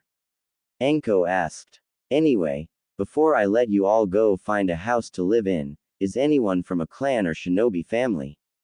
She asked. A few people raised their hands. Is anyone from a clan who doesn't have shinobi training? Tsunade asked. Everyone put their hand down. Okay, where is what is going to happen? Everyone will have to line up and sign a scroll saying what your name is, any kids you have, your occupation, and if you're staying in Whirlpool or not. For those who are will go to Tsunade and get a scroll that has a house number on it. The house size will be determined by your family size. Those from clans will have to put your name on one scroll and you will receive a house big enough to fit everyone in it. If you're not staying, then you can leave immediately, Kushina said. Everyone got in somewhat of a line. She saw at least 50 people walk away. She turned to the others. Jiraiya, can you lead the others out and write the address of the houses on a scroll, one per scroll? Tsunade asked. Sure. Let's go. If you know Kage Bush and use it, Hanabi stay here, Jiraiya said. They all ran off creating bushins to help the process. Sum walked up. Wow, you got here faster than I thought, she said. Well, it wasn't many people left alive, Kushina said. Break. Haku sat in a restaurant in Kiri waiting for Kushina to send for her. Kasumi walked up. You're still here? She asked. I'm waiting on Kushina to send me a message telling me where she is, Haku responded. Kasumi sat down. So you're just going to sit here every day all day until you get that message? She asked. Yes, Haku said. Well, you're in luck, a messenger bird, Kasumi said. Haku looked up as the bird landed on the table. She took the letter from its leg and read it. I'm leaving, she said. Where is Kushina? Kasumi asked. Whirlpool, Haku told her. Okay, Kasumi said. Break. A month later, Kushina looked over the scroll of everyone now living in Whirlpool, which was now full of people trying to make a new life for themselves. The good thing she realized was that they had a lot of children from all the clans from Konoha. Hinata took all the Hyugas and decided she would train them all, much to Hanabi's delight because she would be getting trained by her also. Ino took the Yamanakas and went to the large house assigned to them. She was in control of their training. The rest of the clans was left to the oldest person in them, which usually was someone around 30 with no shinobi training whatsoever. The only exception was the Aburame clan, who trained all their members no matter what field you decided to go to. In total there was 300 kids and young adults from the Hyuga and Uchiha clan, all was branch members. Jiraiya was currently working on a way to remove the cursed seal. There was 200 from the Yamanaka, Nara, and Akamichi clans, 175 from the Aburame clan plus a bunch of hives that Jiraiya and Tenzo grabbed. All 800 members of the Inuzuka clan plus 800 civilians. The village was busy immediately with people running around, mainly kids who was bored. The shinobis spent most of the month fixing the building so they was livable. Tsunade was busy training all the vets in the Inuzuka clan to be medics until the ones Shizune was training was good enough to take over. Jiraiya was leading a group of shinobis in teaching everyone from the age of 8 and up how to use chakra and do jutsus. Enko was currently teaching those same people taijutsu. Kurenai was teaching genjutsu to those who wanted to learn it, but everyone learned to break it. Naruto and Tenten was teaching them how to use weapons of all types. Hinata and Ino was busy training the adults in their respective clans. Kushina made sure that the other clans was learning how to use their bloodlines in case they needed to.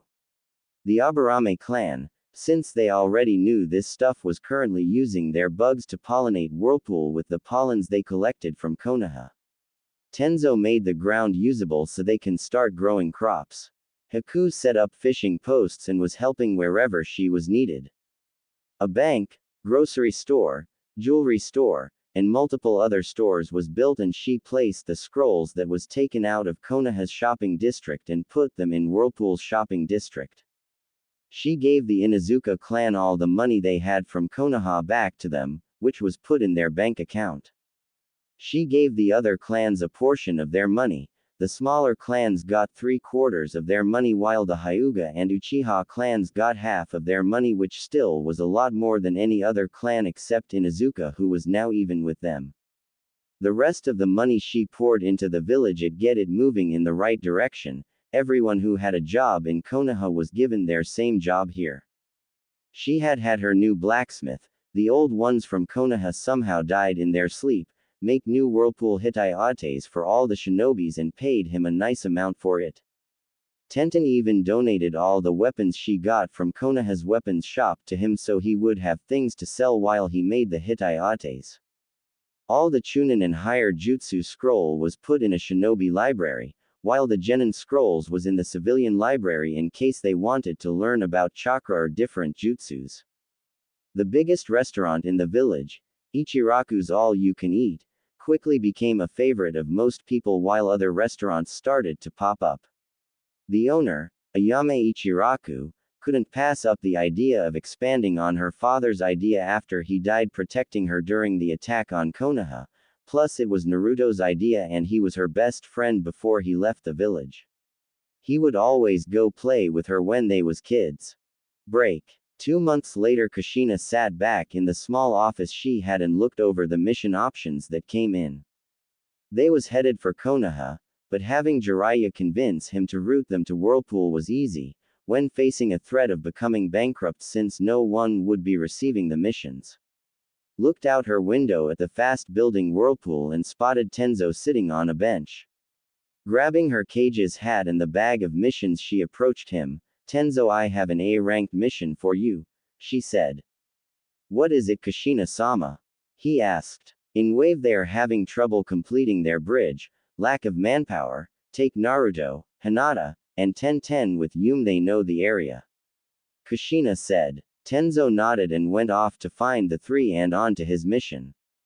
How is being the Uzukage coming? Haku asked. Great. Not that anyone would go against Jiraiya's and Tsunade's vote for me as the Shodai Uzukage. Kushina said. Any missions for me? Haku asked, looking at the bag. Yes, a group of people want an escort from Sea Country here, grab someone and head there. Kushina said. Break. Itachi walked in a random direction with his Sharingan blazing like always. He spent the last few months training as hard as possible. During the time that Konoha was destroyed, he was out of the village on an important mission. He had no idea who did it, but figured he had better things to do than search for the person responsibly. He had no clues anyway. He walked into a small town and went to a clothing store. He looked around and bought an all-black cloak that covered his entire body from the shoulders down and a large traditional hat. He walked out with his new purchases on and completely blocked the sun and prying eyes from him. He walked out of the town. As he walked, he came across the new village whirlpool. He jumped on top of the gate and looked out into the village. He had to admit he heard rumors about this village and it intrigued him, yet he knew nothing about it. He hated not know things. He glanced over when he felt someone land next to him, then turned back to look at the village. This person had on a blue hat and robe that covered their entire body. "You're the leader of this place?" he asked, not really wanting to start a fight. "Yes. What are you doing here, Itachi? I heard everyone but civilians died. Did you kill them?" she retorted. "No, I was out the village when that happened," he said. "So why are you here?" she asked again. "I'm intrigued by this new village," he said. She looked at him. "What do you want? We haven't done anything yet to attract enemies," she asked. He looked at her. "I'm not an enemy yet. Next time I come I might be," he said and turned to jump off. "Itachi," she called out. "Yes, Kushina?" he asked. "Before we came here to rebuild this village we stopped in Konoha. We brought all the civilians with us. Some of those who we brought was Uchihas," she said. "So?" he asked. "They need someone they trust around. They need to know that you care enough about them to be a part of their lives," she said. "Are you asking me to join your village?" he asked. "Take it how you want, but no one here can train Uchihas the way an Uchiha can. This could be your legacy," she said and jumped back to the village. Itachi watched her leave and thought about what she said. Break 0. Kushina landed in front of her office building and sensed a chakra spike near the water. She took off at great speed and arrived at the spot and found a few injured shinobis. "Who is responsible for this?" she asked. "Those two," a shinobi said, pointing to Zabuza and his partner. "Zabuza, so you attack my village and think you can get away with it?" she asked. "Kushina, you ruined my job in Wave. You have to pay somehow," he replied. "I'm not Uzukage for nothing. If you don't leave I will kill you," she said. "I don't care who you are. You owe me money," Zabuza said as he attacked her. A shinobi appeared in front of her and caught the clever by part of the long the handle and held it steady while Zabuza struggled. "Who the hell are you?" he questioned. The shinobi looked up at Zabuza with his Sharingan blazing and his free hand in front of his mouth. "Kaden, Dragon Fire," he said as he pulled the clever out of Zabuza's hand. He then spent the handle so he was holding it properly and looked at his partner and vanished. The boy fell to his knees as blood started to squirt out of his neck. "So you decided on my offer?" Kushina asked. He looked at her with his Sharingan. "Yes, I have 2 requirements before I join," he said. "What are those?" Kushina asked. "That I don't have to be head of what's left of the Uchiha clan and I get to train whoever I want," he said. Kushina met his eyes in thought. "I get the clever and you have a deal," she said. He tossed it to her. "Welcome to Whirlpool, Itachi Uchiha," she said as she caught the weapon. "Itachi," some of the Uchihas said. He removed his hat. "Sorry for not protecting you all," he said. "As long as we have your protection now, that's we require," a random Uchiha said. Break. 2 days later, Itachi walked into Kushina's office and completely missed Naruto, Tenten, Hinata, Ino, Hana, and Kiba, as he was more focused on the window on the opposite side of the room. They eyed him while he stood in front of Kushina with his arms shoved in his pockets. "Remember my requirement for joining?" he asked lazily, still looking out the window. "Yes," she said while she looked through her scrolls. "Well, I waited long enough," he said. She picked up a scroll and read it, then tossed it to the side. The 6 was waiting for her to kick his for his rudeness but was disappointed. "And who do you have in mind?" she asked. "Those 6 will do," he said without looking at them. The 6 was lost at what was happening. First Itachi walks in and acts like he doesn't even notice them. Then he talks rudely to the Uzukage. She responds without even registering what he says as she reads a scroll and tosses it aside. then he says they will do. In short, they was 5 confused genins and chunin. Sure, although Hana is a chunin, she could use to be around more people her age, and extra missions and training doesn't hurt. Kushina said as she tossed another scroll to the side. Hey, wait 1 minute. Naruto yelled. What's wrong, son? Kushina asked, looking at him with a concerned look on her face. What the hell is going on? First we get ignored, then he talks to you rude, then he says we will do and you agree without even thinking about it. What will we do for? He yelled. Is that all you wanted to know? I thought something was wrong. He is going to take over training you. Kushina said, smiling with relief. What? I don't want to be trained by Itachi. Naruto yelled. Who do you want to be trained by? Kushina asked. You. Naruto said. Can't. I'm running a village, remember? Kushina answered. Then what about Kurenai, Anko, Yugo, Jiraiya, Tsunade, anyone but him? Naruto asked. You're a genin, you don't get a choice of who your Junin sensei is. Now go get ready for travel. There is a rumor that a town north of Konoha found 2 people who survived. I want to look into this. Itachi said, still looking out the window. You don't tell me what to do. Naruto yelled as the 4 stayed placed. Naruto. Kushina said. He looked over at her. Itachi is your sensei now. Do as he says. If I get one report that you didn't follow his instructions, I'm taking all your equipment and you will be doing academy missions for the rest of that month, she stated. But, he started. Am I understood, young man? She asked while her blue eyes pierced into his, promising something bad if he disobeyed her. Yes, mom. Naruto said. Uzukage. Itachi corrected. She's my mom. Naruto said. You're on the job. She is your Uzukage. You will refer to her like that. Before you advance in ranks, you will learn respect for authority figures. Itachi said. Naruto glared at him. Itachi matched his just by looking at his reflection in the window. Yes, Uzukage. He finally said. Good. Now meet me at the gate in 5 minutes, and get a white cull body cloak like mine and a large hat like mine, he said, and vanished in a trace of fire. Naruto. Kushina called to get his attention. Itachi is an elite and could probably be a Kage if he wanted to. He can teach you a lot about being a shinobi and about being a man, she said. So can Jiraiya. Naruto said. Kushina gave him a playful, confused look. So you want to be a pervert? Oh, I can't believe my son is a pervert in training, she said. Mom, I'm not a pervert, he said. I know. Now you 4 better leave before you're late, Kushina said. Oh, Naruto, here a gift, she said as she pulled the clever from behind her chair and gave it to him. If you got that, give Ino the katana I gave you, she needs a weapon. Tenten told her brother. Naruto shrugged and gave her the katana. Break. The 6 arrived at the gate with their white robe and hat on.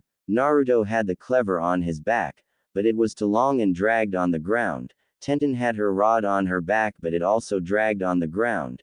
Ino had her katana on her left hip, completely hidden by the robe, so Itachi didn't know she had it yet. Hinata had her whip on her left hip, completely hidden. Kiba had Akamaru on his head. Hana had her 3 dogs next to her, each was knee-high to her. You're late, Itachi said from outside the gate, looking away from him. Next time be on time or you won't get paid, he finished. But we are not getting paid, Kiba said. I'm paying for this mission, now shut up before you don't get paid, Itachi said and started to walk off. The 6 followed behind him. Break. Orochimaru walked in the medic room. I want you to heal Kimimaro, he told Kabuto.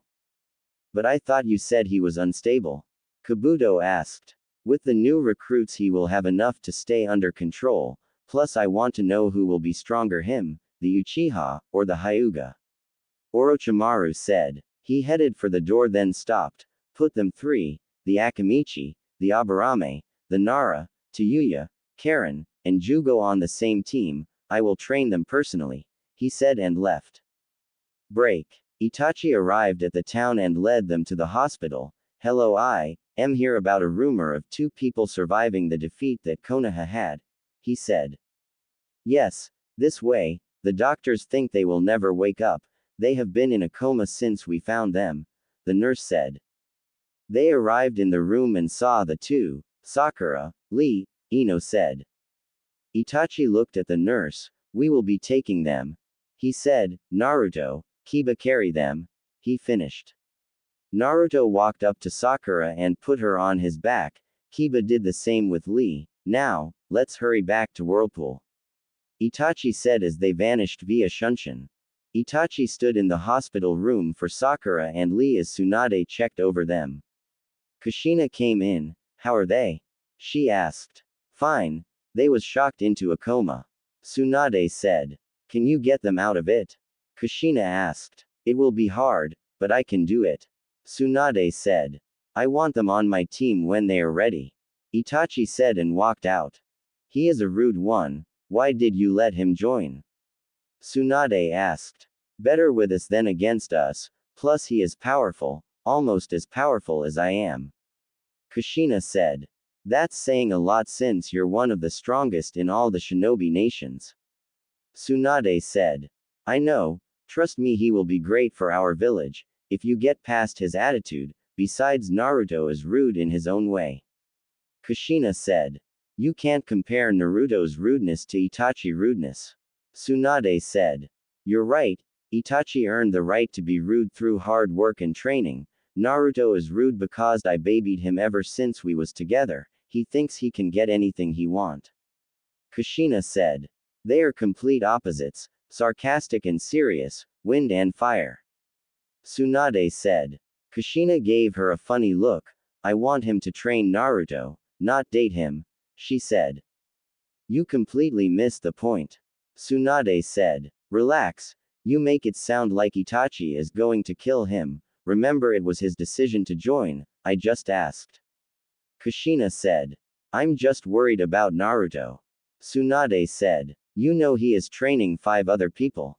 Kushina asked. I know, but Naruto is easily influenced. Tsunade said. Look, Su-chan, I know you're worried, but he is my son, not yours. Let me worry about him. I don't need the constant harassment I'm getting from you and Jiraiya about letting Itachi train him. If anything happens, I'll take care of Itachi personally, Kushina said. I know, but I'm still worried. Tsunade said. Don't be. You have more important things than to worry about him. I'm not trying to sound rude or anything, but he is my son and Itachi is the best person to train him right now. Kushina said. Tsunade sighed. I know you wouldn't have done this if you didn't think it was the best, she said. Of course I wouldn't. I already lost my son once and I'm not going to put him in any unnecessary danger. Kushina said. Tsunade sat in one of the chairs. I never had any kids, so Naruto is like a son to me also, she said. I know, but he is my son and I would die before I put him in danger, and you know this. Kushina said. I know, but why Itachi? Tsunade asked. I respect him, Kushina answered. What does that have to do with anything? Tsunade asked. It's the reason I am letting Itachi train those 6. He earned my respect. Unlike any other Uchiha, he trains hard. He separated himself from the rest by mastering his skills. The only other person I respect enough who has the skills to train all of them is Jiraiya, and he is always out on some spy mission, plus I don't want my son being perverted. Kushina said. What about Anko, Yugo, Kurenai, and Shizune? Tsunade said. Yes, I respect them also. You know that, but with Itachi I can have him train all 6 of them and have the other Junins where they really are needed and not waste their skills. Besides, none wants to be Junin senseis, I already asked. Kushina said. Okay, as long as you are sure this is the right decision. Tsunade said. It is, I'm sure of it.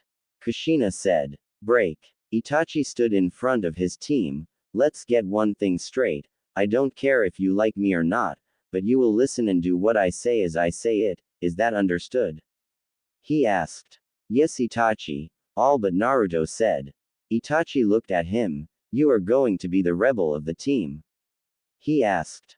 You can't do anything but tell my mom. Naruto said, crossing his arms. Itachi looked at him with no expression on his face but a raised eyebrow.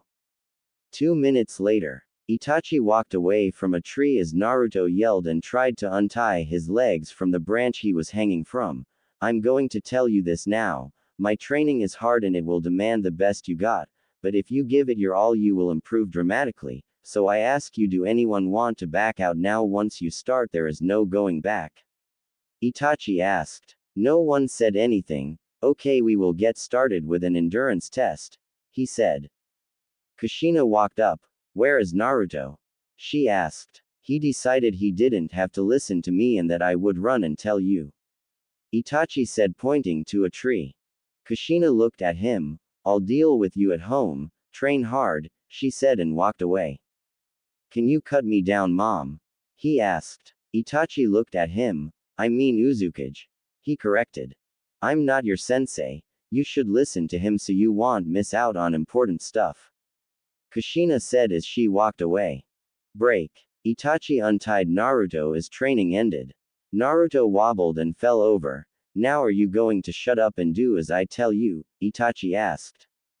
Naruto looked at him. Stop moving, he said. Itachi rolled his eyes. Go join the rest of them, he said. Naruto wobbled over to them. It's only been 10 minutes. Itachi said. Break. A month later, Baki sat in the cage's office while reading a scroll. Bring me Temari, Gaara, and Kankuro, he said. Once the three was in there, he pulled out 3 scrolls. Kushina has sent me a scroll specifically for each of you. She expects you to have them mastered in 3 months. I'm giving you a month and a half to master them, he said. What are on the scrolls? Temari asked. Temari for you sealing and taijutsu. Gaara has genin level scrolls from her Iron Sand bloodline. Kankuro, you have ninjutsu and taijutsu. Baki said, tossing them the scrolls. Why do I only get 1 scroll? Gaara asked. She didn't say. Baki said. Well, let's get started, Temari said as she walked out the office. Break. Ino walked away from the newly built Yamanaka flower shop. It was still waiting for more flowers to grow, but she made it work. With her knowledge of plants and the Abarame's willingness to assist her, she was able to get a garden twice the size of the one that she had in Konoha growing, although none of the flowers was growing yet. She walked until she saw Yugo eating and went to join her. Hey Yugo, she said. Hey, Yugo said through bites. Ino watched her for a minute. What? Yugo asked finally. I was thinking. Ino started. You have to agree to be trained by me if I agree to let you sign the centipede contract. Yugo cut in. Ino blinked. How did you know I wanted to sign it? She asked. I see you when you work on your garden, how you try and turn the dirt to make it usable. Centipedes would greatly help you with that. Yugo said. So you will let me sign it if I become your apprentice? Ino asked. Yugo shrugged. Sure, she said. Break. Yugo stood with Ino in the small Uzumaki yard debating how to start her training. You're spoiled. She started out. Spoiled? Ino asked. Yes, spoiled. You expect things to be handed to you nice and easy. That's going to change. Yugo said. I'm not spoiled. Ino protested. Yugo looked at her. Back in Konoha, if you wanted something, what did you do? She asked. I told my father what I wanted and he got it for me. Ino said. If something didn't go your way, what did you do? Yugo asked. I told me father. Ino said. If your sensei pushed you until you couldn't stand, what happened? Yugo asked. My father would yell at him until he apologized. Ino said. If you didn't get things your way? Yugo asked. I would pout and complain. Ino said. See where this is going? You're an only girl and you was treated that way by your father. It's not entirely your fault, but you need to change. Not a lot, but still change. Yugo said. What do you mean not entirely my fault? Ino asked. It's the way you was raised. As you grew up you expected things to go your way. Your father is more to blame, but you're also to blame in a small way because you never tried to change. Yugo said. What do I need to do? Ino asked. I'm guessing you never had a female figure in your life. Yugo asked. No, my mom died when I was 3. Ino said. You need to learn to act like a kunoichi and not a spoiled brat. Yugo said. You're going to teach me.